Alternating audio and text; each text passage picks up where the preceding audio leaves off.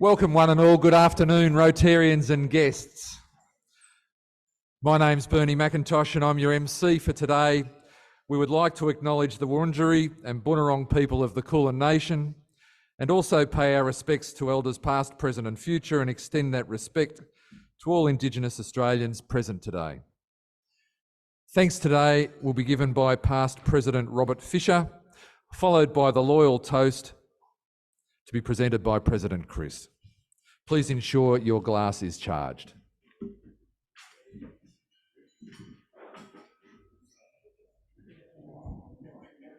Thank you, Bernie. Today, when we are focusing on vocational service in Rotary with a panel of distinguished speakers, it is good to reflect on how our founder, Paul Harris, recognized that people could use their vocations to help others in the community. Indeed, that was why Rotary was formed in the first place. And it has been serving local and international communities now for over 100 years. In 1940, Rotary International defined the objective of vocational service as follows: to encourage and foster high ethical standards in business and the professions, the recognition of the worthiness of all occupations, and the dignifying by each Rotarian of their occupation as an opportunity to serve society. That still stands to this day. As Rotarians, we should pride ourselves on being able to use our professional stature and knowledge to make things happen locally and globally, wherever there is need for change or improvement. We should take time to learn about fellow members' vocations and use our professional skills to both serve the community and advance international understanding and goodwill. So for good food and friendship through Rotary, we give thanks. Good. Rotarians and guests, a toast to Australia and Rotary International. Australia and Rotary International. Please be seated. We will be breaking for lunch and we will reconvene around 1:15 p.m. Please enjoy the fellowship and festive meal. Members, visitors and guests, it is my pleasure to welcome you to our first meeting of 2024, our 5,017th meeting of the club in our 103rd year. Wonderful to see you all here today. A special welcome, of course, to past Secretary Gary Fowler, who in the recent Australia Day Honours was recognised with a Medal of the Order of Australia, OAM, for service to the community. Through a range of organisations, including Rotary. Our club has previously recognised Gary's service with a Paul Harris Fellow. Again, congratulations, well deserved. Rotary Melbourne is always spoilt for choice when it comes to seeking leaders in the field of business. As such, our annual Vocational Service panel convened by our Vocational Services Committee are always stimulating and insightful. Today's panel, expertly arranged by past President Reg Smith, includes Rotarians Jenny Tang, OAM corporate lawyer Dr. Elaine Saunders, technology entrepreneur, and Elaine will claim you as a Rotary member again, just for the purpose of the meeting. Our dear friend, Quinn Scalzo, AM, manufacturing specialist in food, and our moderator, Dr. Nick Pallam, big projects and change strategist. All will be more fully introduced shortly. In the meantime, please join me acknowledging and making them all welcome. Thank you. We have visiting Rotarians, visitors and guests of members. I invite you and your host to stand when your name is announced and ask that you please remain standing to enable the club to welcome you in a collective manner. Marlene Coomer, from the Rotary Club of Eltham, guest of Peter Berg. Ted Raymond, also from Eltham, guest of Peter Berg. Ross McDonald, also from Eltham, guest of Peter Berg. And on Zoom we have Amrit Pal Singh from North Brighton. And as guest of Rotarians, we have Christian Bien, a guest of Deb Yin Fu. Thank you and welcome.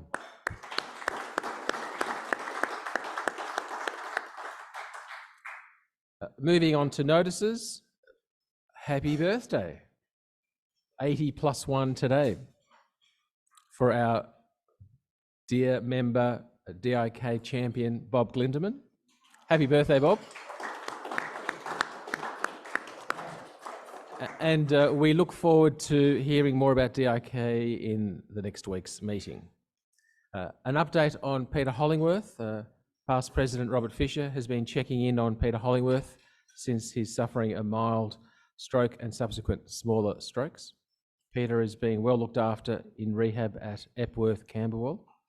He's missing Rotary, and members' thoughts and prayers would be much appreciated. He is receiving calls, and to visit, you'll need to call ahead. Next, Clive Hollands. Clive is home and gradually improving after his heart attack. He hopes to regain his strength and come to a Rotary meeting from time to time. Now, Richard Dent, I have something for you. Rotary District 9800 proudly recognises you as the inaugural member of the Polio Plus Society. So please come up, and your commitment and generous annual donation to the Polio Plus Society in helping the polio-free world. Thank you.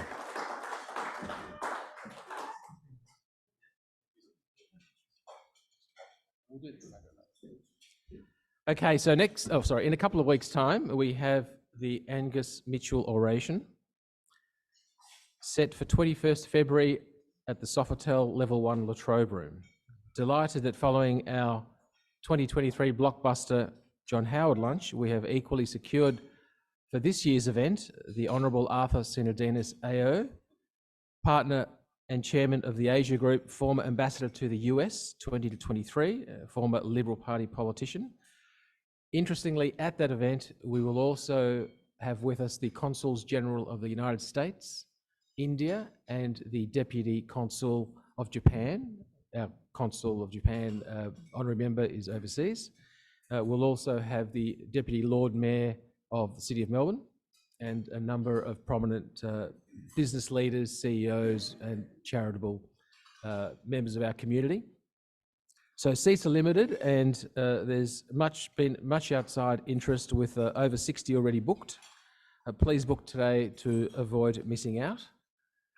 So that'll be a fabulous event. Other forthcoming events, our annual Rotary Peace Park picnic, weather permitting, will be held on Wednesday, the 14th of February. The Arts Committee Architectural Walk will be held a few days later, Friday the 16th of February. Limited places for that. And the MSO free concert at the My Music Bowl, for those interested in attending, will be held on the 28th of Wednesday in that evening. And now it's my pleasure to call past President Reg Smith from the club's Vocational Service panel to outline the order of the day. Thank you. Thanks very much, Chris. This is a proud moment for me to give you a little bit of brief background just about today's vocational panel event. Firstly, vocation, as I think we all appreciate, is a fundamental pillar of Rotary's model. And it's through that application of our vocational talents that we serve. And does this club serve? It does it superbly. Each year in January, we celebrate Vocational Service Month, which is a Rotary International theme for this month each year. And we do this typically with a panel conversation, which we're having today. More on that in a minute. But we got an early start this year, quite by surprise. We were approached randomly by a Rotarian from Houston, Texas, saying, I've got a group of 16 or 17 students and we'd like to come along and see how business is done in Australia. And so at very short notice, I'm talking like 2 weeks in the pre-Christmas break, we got Quinn Scalzo, we got Chris Soteropoulos, we got Catherine Baxter, as well as Robert Fisher and Chris Wong, to each come along and talk about their businesses, and boy, did they captivate this audience. I was finding myself learning things, but the students got a massive amount out of it. So that was a great little celebration that we were able to share with a group of Rotary-sponsored people from Houston. But today, it's my privilege to introduce Nick Pelham, who's going to be the moderator of today's conversation. Didn't start quite out like a conversation about artificial intelligence, but once you start talking about it and once you see how topical it is in the media right now, there's little else people want to talk about. And that's certainly, it's been an absolute thrill to see the way the panel has embraced this.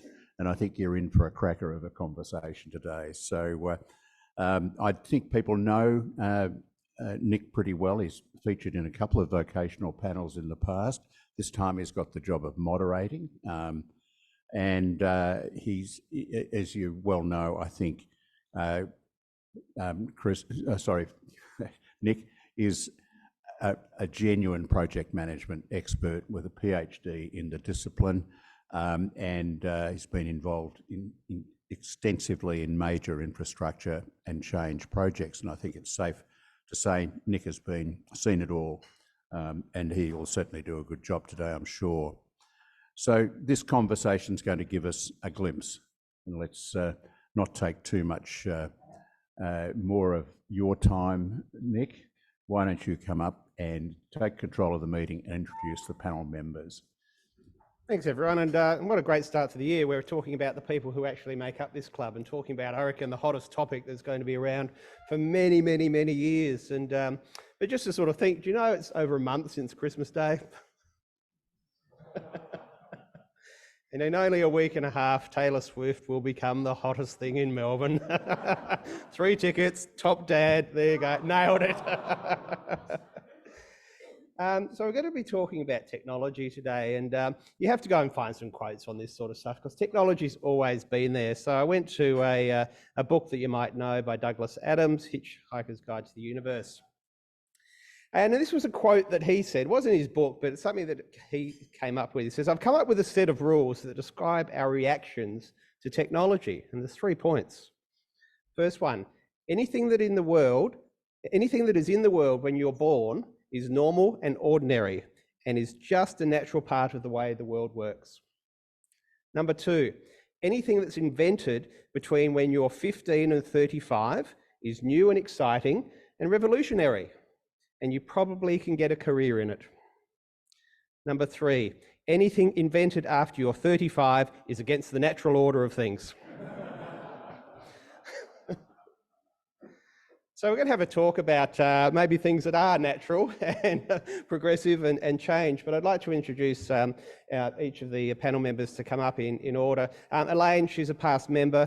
She's a technology entrepreneur, and now she's the director of the Australian National Fabrication Facility, and amongst other things that they do research into semiconductors and quantum computer research. Next, Jenny, super lawyer, mother, corporate lawyer.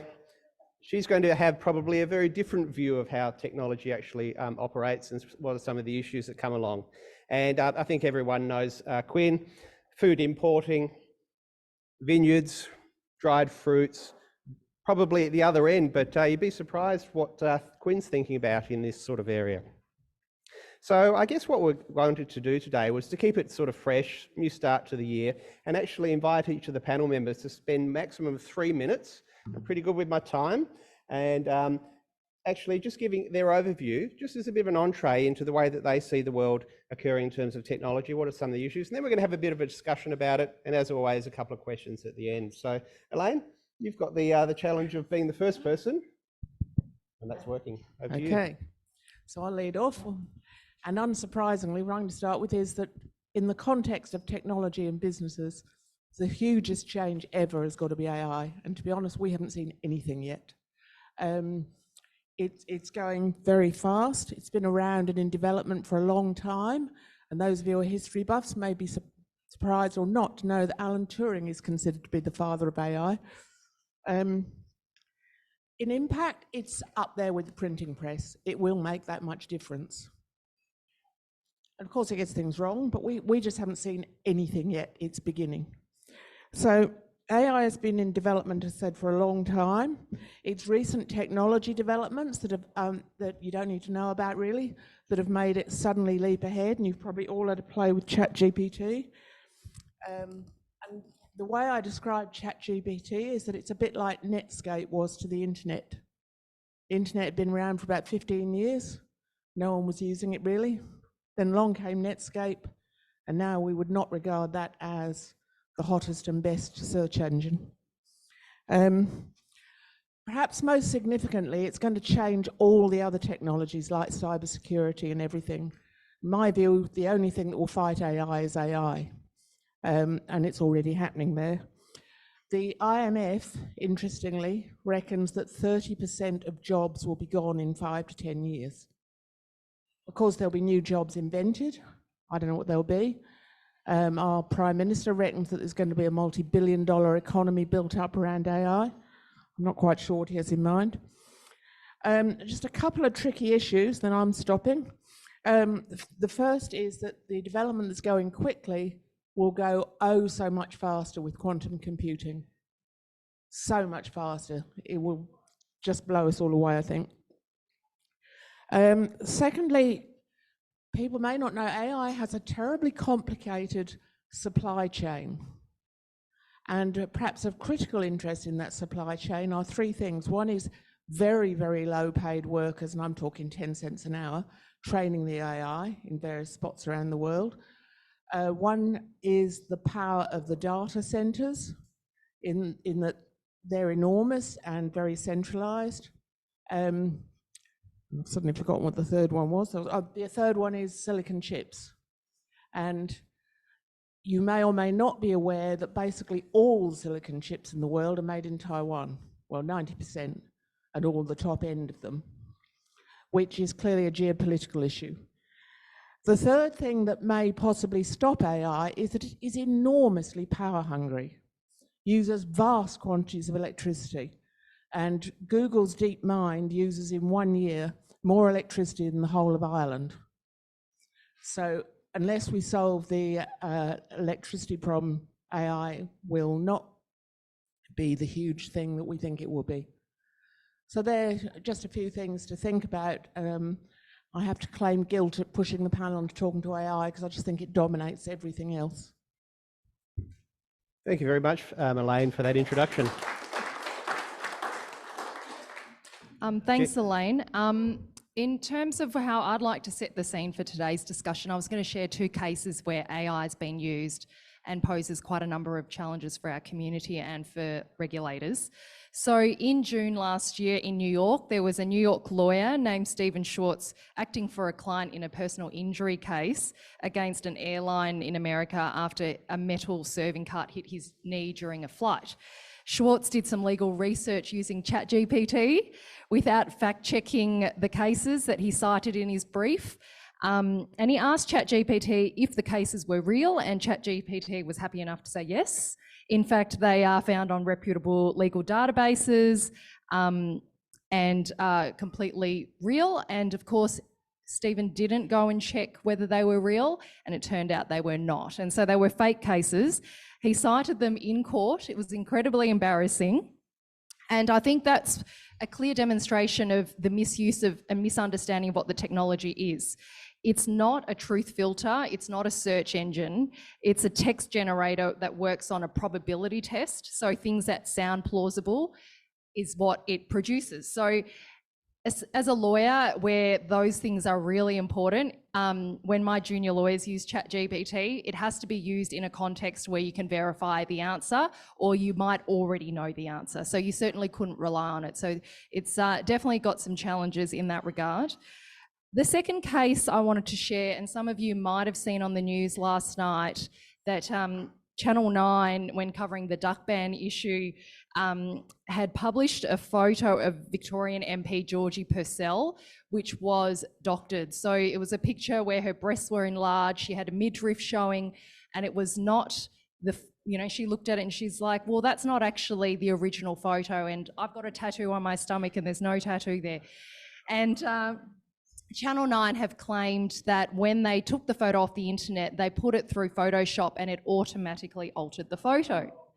Now, whether or not we believe Channel 9, one thing it does demonstrate is the technology of AI and how it can create realistic photos and potentially fake news. And one of the challenges we've also had, especially in the football world, we had an AFLW player at our club have a photo of her doctored where a nude photo was created of her. So they put her head on a nude and created this photo and started spreading it on the internet. And that person was charged and was found guilty of creating a fake nude photo. And so we're seeing a lot of nude photo scandals. There's issues in schools and teachers and young kids as well. So this sort of challenge that we're having around pictures that we see on the internet, and Elaine told me that apparently 60% of photos we see on the internet are AI generated. So what is actually real and what is not? So I think that's some really interesting challenges for us as a community about thinking about the ethics behind AI, responsible use, and a challenge for the regulators on how we regulate the use of AI.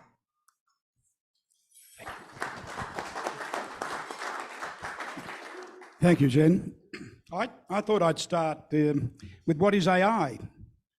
AI is the theory and development of computer systems able to perform tasks normally requiring human intelligence, such as visual, perception, speech, recognition, decision-making, and translation between languages. Modern AI is usually built using machine learning algorithms. These algorithms find complex patterns in data, which can be used to form rules. So it's not as easy as we sometimes think. I'll give you a quote, if I may, from Jerry Harvey, which was done the other day. Billionaire retailer Jerry Harvey says artificial intelligence is a big thing for the future. Huge, but hasn't happened yet. This despite the world's biggest electronics manufacturing touting their use of the much hyped technology on anything from TVs to fridges to space age style robots. So if you haven't joined AI just yet, I think there's still plenty of time based on that comment. I thought I'd just also update you on the way AI impacts businesses. The Skeldo food business, if you like, operates in 3 areas. It has a corporate head office in West Melbourne. It has 3 manufacturing sites in Melbourne and 1 in New Zealand. And we also operate 3 vineyards producing sultanas and currants in Mildura. And you think, well, where does AI fit? Well, certainly in the corporate office area, there is a lot of activity in relation to AI. The amount of data you can pull out and quickly give you information is unbelievable. I'll give you just one quick example. We are the largest peanut importer in the country. We import peanuts from 2 countries, Argentina and Brazil. Now, they're 2 countries where a lot of information is not available readily. Certainly, it's difficult. So we asked AI to assist us in giving the history of the weather, because most of the things, including peanuts, that we deal in are agri-based. Mother Nature plays an incredible performance in how crops are developed and what pricing occurs. So we've got the history of what the weather's been like for the last 10 years, during the crop season and during harvesting season. We've got the details of each of the 2 countries supplied. We've got the details of what pricing over a 10-year period was available, and a lot more data. Now you might say, isn't that sort of thing just available on Google? Let me tell you it's not, unless you want to sit there for hours and hours and go through all that data, and we can refer to it because a lot of our data is also available, but not as quickly as efficiently. If you have used ChatGPT, you can see how quickly and efficiently and why people are in there using that. So in that sense, it works very well. It works very well for us when we're doing production planning. People make mistakes in our production planning, AI does not. So it's a very efficient way of planning your production. It's a very efficient way of promoting the ideas of what's going to happen for long-term sales. We want to know what we're going to be doing in 5 years' time. A great challenge. We always thought we were good at it, but when AI has a number of things it puts into the program and gives us numbers, it develops quite differently. In the areas of our manufacturing sites, of course, it's all about robots. It's not embarrassing to say we employ a lot of people and we'd like to employ less. We'd like them to be more efficient and we'd like them to be working 24/7 if it's possible. Well, humans can't do that, but as we spend money, as we bring in technology, those opportunities are there, and we've seen the benefit of it.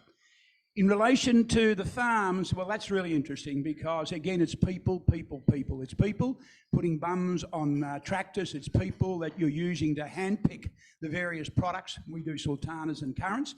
Again, so what are we trying to do? We're trying to automate. And, of course, AI plays an important part in all of those technologies. So from where we are sitting, we are slow, not as slow as maybe where our billionaire Harvey Norman is talking about, but we're slowly edging into the AI capabilities. But, we've got to have the ability to ensure we take advantage of it, and that, I think Jenny pointed out, you need to verify.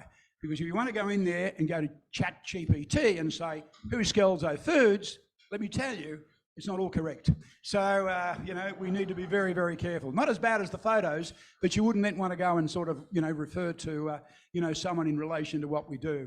And if you go in and ask about individuals, that's even more funny. It's amazing. Some of the stuff is accurate, but there's a lot of stuff because it's just picking out sometimes, similar names, similar backgrounds. So AI is a very dangerous tool, even in the simplistic way. On the other hand, Karen keeps sort of telling us just now, as we're sitting next to her, that she's enjoying the value of using AI, and I think it's made life a little easier for her. So there's no question it's here, and it's going to be very, very successful. Thank you.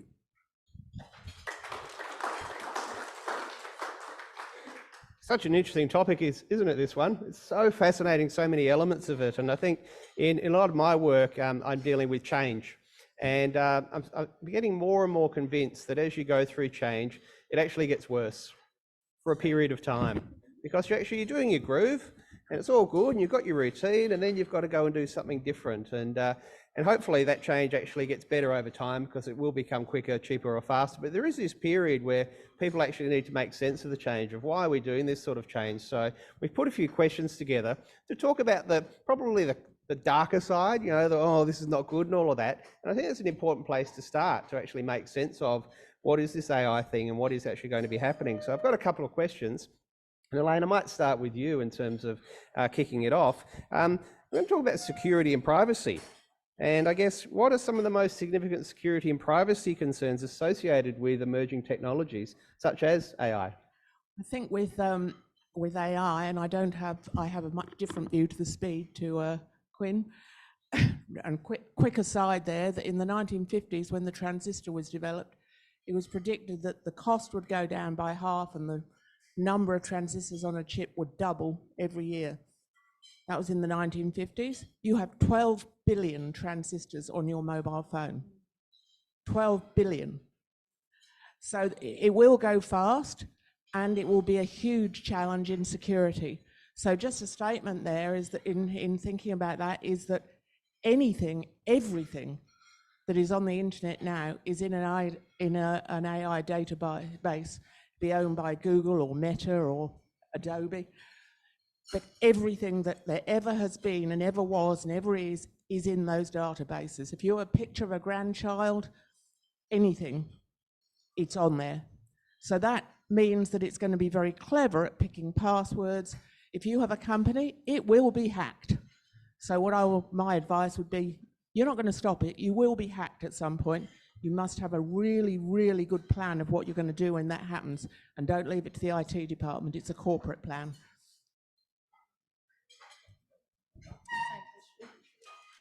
I guess I think about it from a legal perspective.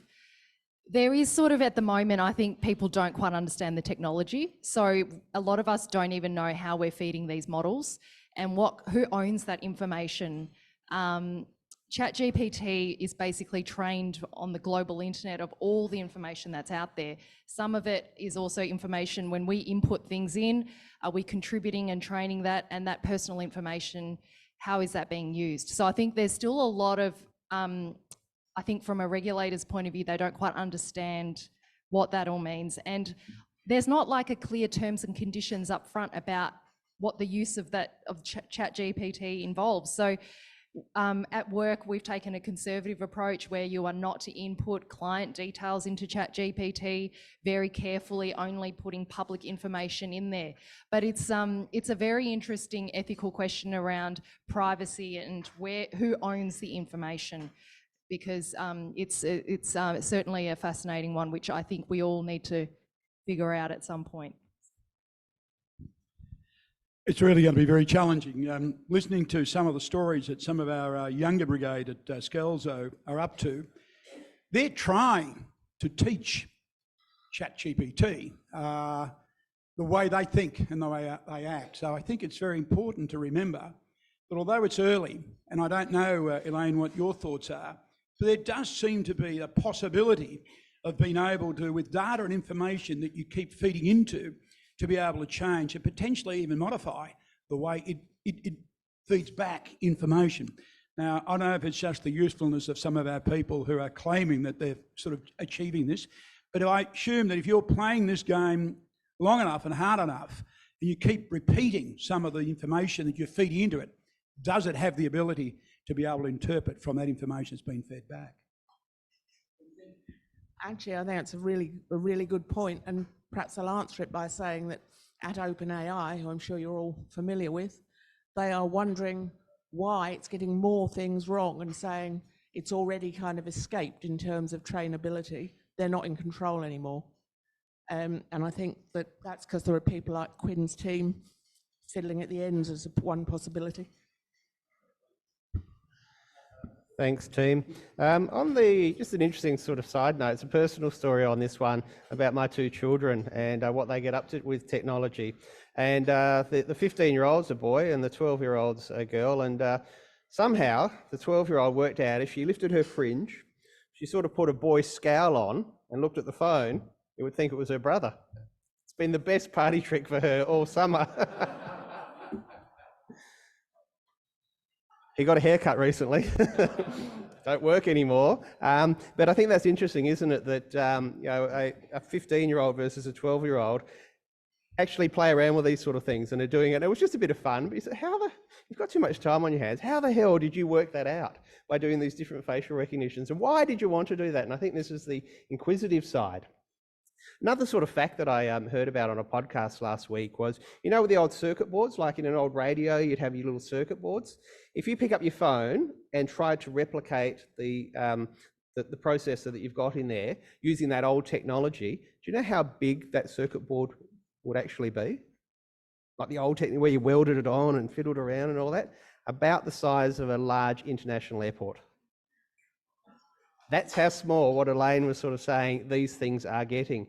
And to actually make them now, they actually have to not actually have contact, they actually have to use magnets to actually create the technology to work. So it's so fine and so amazing. And it's in every one of our phones here and every computer that we're working on. That's how fast this technology is moving ahead. It's almost like we are in the science fiction and George Jetson's already here. I want to talk about organisations though. And I guess, Quinn, I'd like to start with you on this one, and we'll sort of come back the other way now. How do organisations ensure they're not being left behind by their competitors in terms of adopting or rejecting these new technologies? I think we're rather fortunate in Australia. Technology is something that the Australian community, including your 15-year-old and 12-year-old, pick up pretty quickly. So in some ways, the fact that you need to keep an eye on your competitors is important, because certainly it's an incredible advantage if someone's out there way ahead of you. What we're trying to do is to try to get reaction mainly from the customer base. I mean, at the end of the day, there are three components to what we do. One's us, the other is a product, and the other is a customer. The customers sometimes are very much underestimated in the information they can feed back. So we're continually, if you like, talking, and we're fortunate in the business that we are dealing with the global food manufacturers and the major retailers here, who are never in doubt about giving you a cop-out if somewhere along the line you don't have a way of presenting yourself, either in product or service, that fits into the modern terms. So some of it is forced on you. So look out, as customers will come back and make more demands. And of course, a competitor, big or small, is always interested to get an advantage. And so I think it's compulsory that we as an organisation and I'm pleased to hear your comment to some extent, Elaine, because we probably missed that. But some of these challenges are corporate-based. They're not IT-based. We've got a few people in our IT department, but goodness sake, I don't think we would leave it to them to be making corporate decisions, let alone policy, in how we should manage IT, even though we've got a great resource there. So really, I think, like a lot of this technology, you know, the board and the people who are making the decisions and running the ship have got to take more accountability. And we know that we are very slow, and I'm not embarrassed to make that comment in relation to myself and not point that comment to other people. So it's a great challenge, Nick.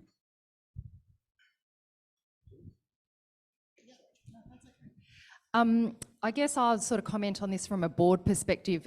Sitting on a number of boards, thinking about how we embrace new technology, there's obviously, it's sort of linked to your risk appetite and your sense of caution, particularly around cyber risk. And recently, the Victorian government banned the use of TikTok for all state government agencies. And being on the board of Vic Screen and Arts Agency, that was quite a challenging thing to have a complete ban. It meant that none of our staff could access TikTok when a lot of our younger Victorians, millennials and Gen Z are engaging on TikTok. So not having that platform is actually a challenge for someone like an arts agency where we do need to be on those platforms. So we're in a process of now trying to manage that risk and have some limited access to TikTok. But I think a complete ban of technology when there's a cyber risk issue is not always practical because the rest of the world is moving on. And I think people won't necessarily get replaced by AI, but people who don't understand technology will get replaced by AI. And I think it's important for us to embrace technology and how we can use it, even if there is some risks, especially because TikTok is Chinese owned and there was concerns around spying and things like that. I think there's just got to be better cyber security and better resilience to those risks rather than completely banning it. Great answers. Not a lot to add, but I would probably say I don't think organisations can keep up, which may not be very optimistic. But I think that there are two things that are very important. One is that what the technologies that an organisation adopts should be what's best for the business, which I think is really what Quinn was saying. And at board level, that's what you're looking at is what are the risks of not using a technology, what are the benefits of using a technology, but how can we make our business better? And the reason that the world's chips are all made in Taiwan is because in the early days of chip manufacture, the workers in the US were too expensive. So someone had the bright idea, one of which was TI actually, of moving manufacturing to Southeast Asia, and that's where it stayed. If anyone thinks we ought to be making chips in Australia, I should say it's a lead time of about 3 years and about $15 billion. But the Americans are going to do it. The other, so one is I don't think you can, but use the right strategy.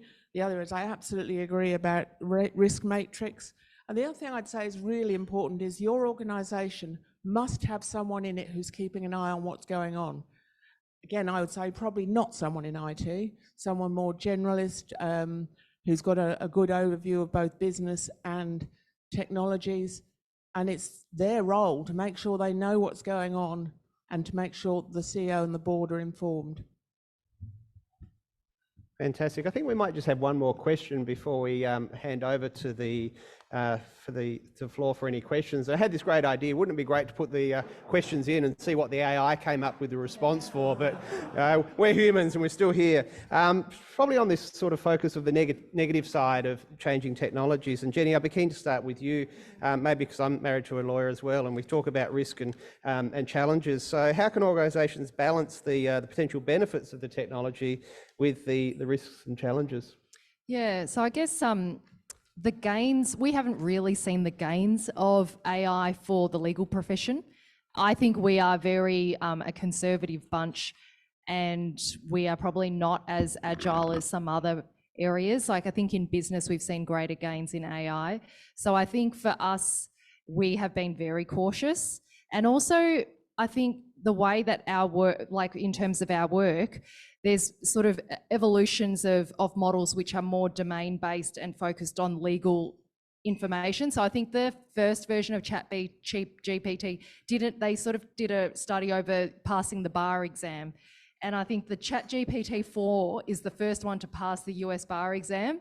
So it's become even more and more sophisticated as it's been growing. And I think for the legal profession, we're looking to see, I guess, a more evolved version that is more specifically legal focused. And I think that's the next phase of what we're going to see. We're going to see models which are more focused on particular specialties and practice. So it'll be interesting to see how that pans out. And I think, so I think from the gains perspective, it's something we haven't quite seen, and particularly the legal profession is very, very conservative. I might just leave it there and we can hand over to the floor if there are any questions. Hands up, please, for anyone. Thank you, panel. David here. First question, I've got 3 questions. They're intimate. First of all, what's going to happen with America and China going to war over Taiwan? Second question is, would AI be able to find strategies for preventing that war?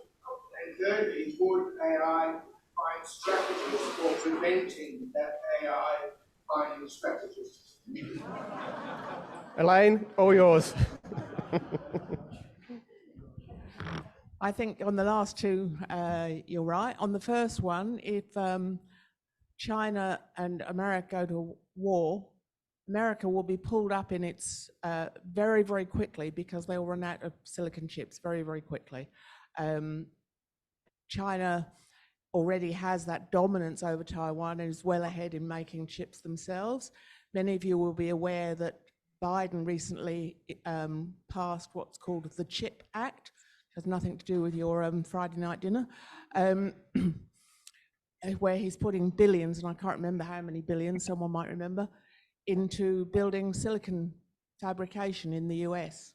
We have none in Australia. We have the research knowledge. We don't have the fab. Long time no see. How you doing? What are you doing, mate? Is that it will come to just, a you know, just grinding sitting in halt with lack the of lobby silicon. waiting for someone to give me a job. Yeah. Peter. Peter here.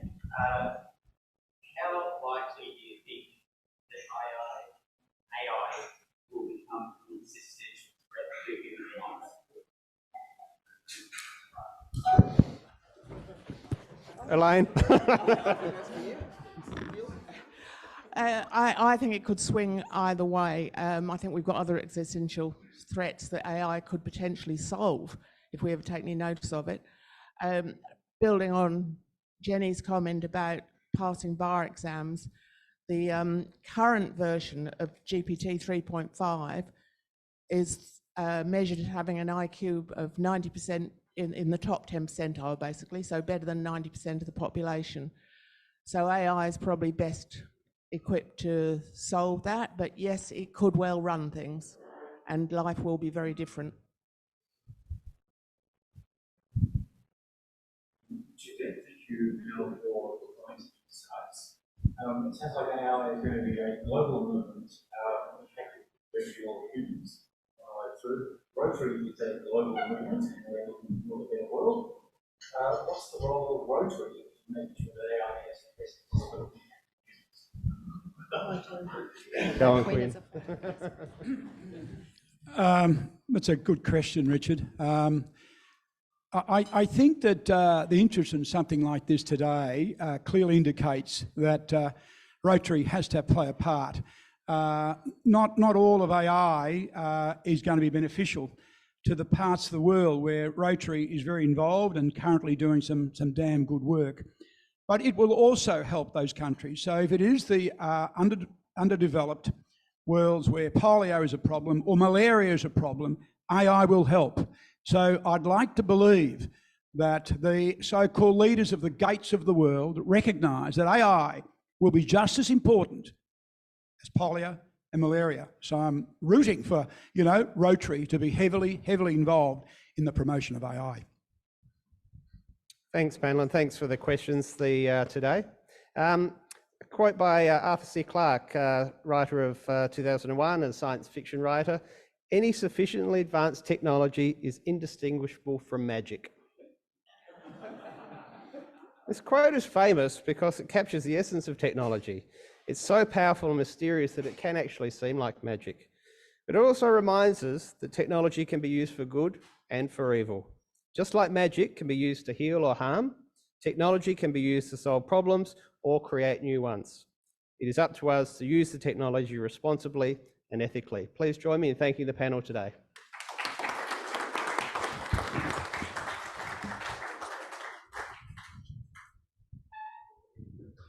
I'm going to stand here. Before you leave, folks, we'd like to say a special thank you to each of you for putting in a towering effort in preparing. And you don't have good conversations like this if you're not prepared.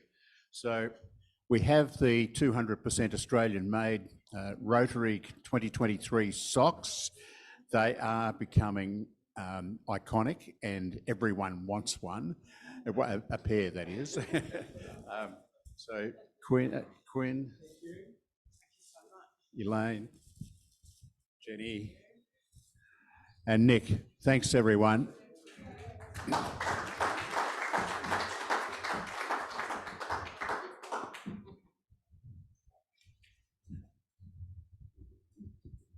Very conscious of the limited time available, so it's my duty now to draw the meeting to a close, but before doing so, I'd like to firstly extend a warm thank you to Bernie McIntosh for emceeing today, and Robert Fisher for a very relevant and thought-preparing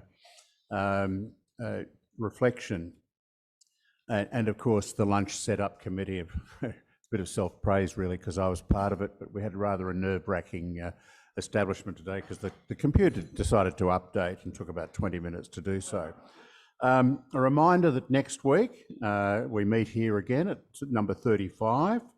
Our guest speaker will be forensic psychologist Tim Watson-Munro, and I don't think you could find a more interesting array of individuals who've been on the dark side of our consciousness over the last 20 to 30 years, but they include Julian Knight, an underworld figure by the name of Alfonso Gangitano, a serial child abuser, Mr. Cruel, and reported on recent murders, including the UK baby killer, nurse Lucy Letby, disappearance of Melissa Caddick, and so on. He was also Alan Bond's psychologist. I think it's fair to say this is one that's not to be missed, right? Be there or be square. Also making a guest appearance, I'm not quite sure he realises what he's going to be up against, is a former member, Professor Dr. Harold Schmidt, who will be speaking briefly on the topic, the end of medicine as we know it. Again, with AI lurking in the background, who knows? So we hope you can join us for this special lunch. If I can also put in a bit of a plug for the Vocational Service Committee. It's a very active and well-managed committee. Marg Lacer, the chair, is here today. And I'd just like to give a bit of a promotional plug to the Young Achievers Award, which is currently in selection mode. And we really need quality candidates to make sure we keep wowing ourselves every May with the presentation to these up to 3 marvellous young achievers. So please keep your eye on the bulletin. Be more bulletin updates, and any thoughts you've got, please share them with one of the committee members. Iqbal Rita is still the champion for that, and we'll be delighted to hear from you if you wanted to give him a call.